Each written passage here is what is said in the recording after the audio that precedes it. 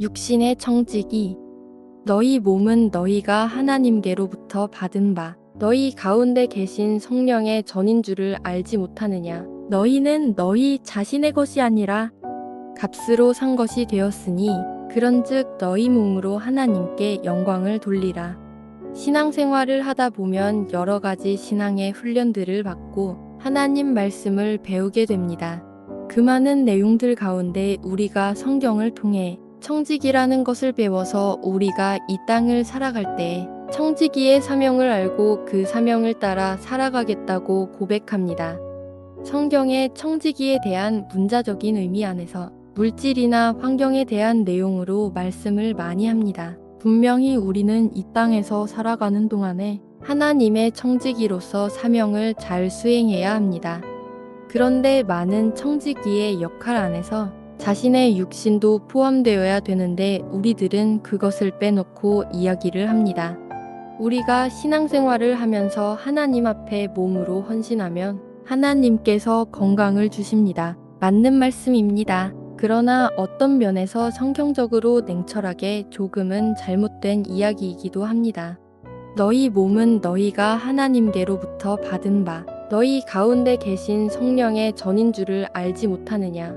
예수님을 믿으면 그 순간부터 우리의 육신은 내가 내 몸으로 혈액이 돌고 장기들이 살아 움직이는 그런 육체가 아니라 그것을 뛰어넘어서 구약에서 말하는 하나님, 특별히 성령 하나님께서 거하시는 성전이 된다는 것입니다. 성경에서 성전이라는 의미는 하나님 앞에서 제사하고 하나님을 만나는 곳입니다. 다윗과 솔로몬 시대 이후로는 성전에서 저마다의 직무를 가진 자들이 그 일들을 수행하면서 청지기의 역할을 감당해 왔습니다.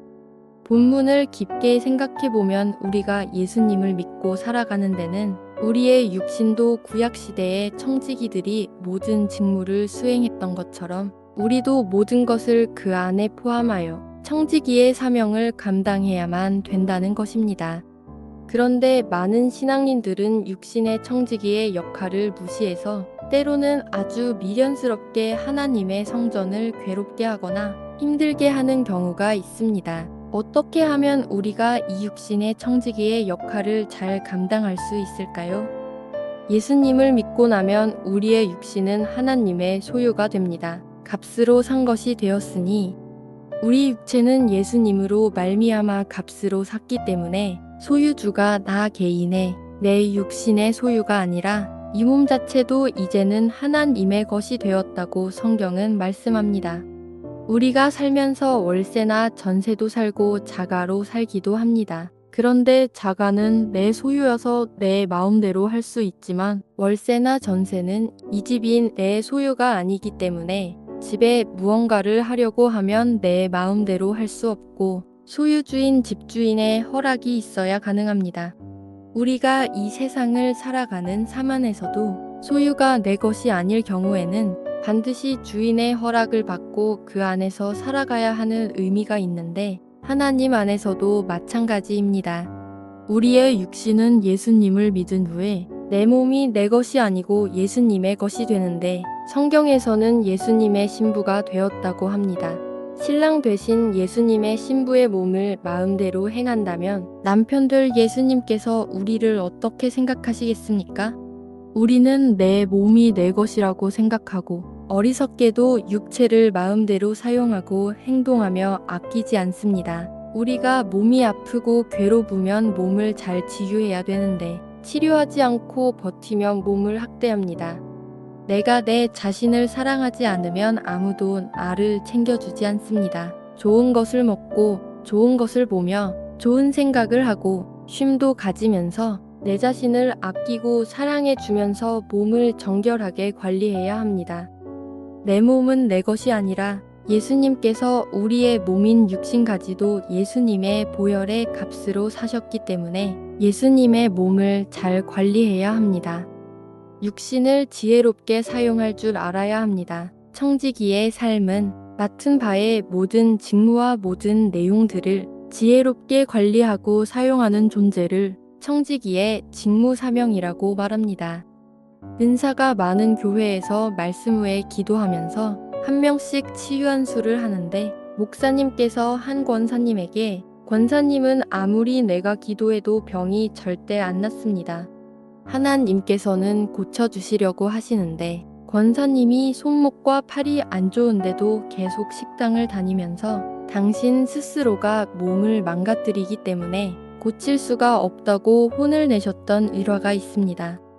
우리가 몸이 아프면 아무것도 안 하고 밥만 먹고 잠만 잤을 뿐인데도 몸이 낫는 경험을 많이 합니다. 하나님 안에서 나의 몸을 가지고 하나님께 충성스럽게 사는 것은 매우 중요합니다. 그러나 하나님은 우리 몸도 지혜롭게 관리할 줄 아는 청지기가 되길 원하십니다. 신앙생활을 열심히 해야 되는데 그 열심이 잘못되어서 오히려 육신을 망가뜨리는 것은 하나님께 영광이 되지 않습니다. 내가 쉬면 이것이 게으르거나 불순종으로 하나님 앞에 잘못된 행동이라고 생각할 수도 있지만 하나님께서는 우리의 중심을 보십니다. 성경은 쉼에 대한 개념을 굉장히 중요하게 말합니다. 하나님이 그가 하시던 일을 일곱째 날에 마치시니 그가 하시던 모든 일을 그치고 일곱째 날에 안식하시니라. 하나님이 그 일곱째 날을 복되게 하사 거룩하게 하셨으니 이는 하나님이 그 창조하시며 만드시던 모든 일을 마치시고 그날에 안식하셨음이니라. 하나님께서도 6일을 일하시고 7일째 되는 날 쉬셨듯이 삶 속에서 너무 고단하고 피곤하면 쉬어가는 지혜도 필요합니다. 우리가 하나님께 이른 아침부터 헌신하고 봉사하며 내가 할 수 있는 일을 최선을 다해서 맡은 바 충성스러울 때 그 중심을 보시고 하나님께서 기뻐하십니다. 그러나 육신을 괴롭히고 관리하지 않는 섬김은 기뻐하지 않습니다.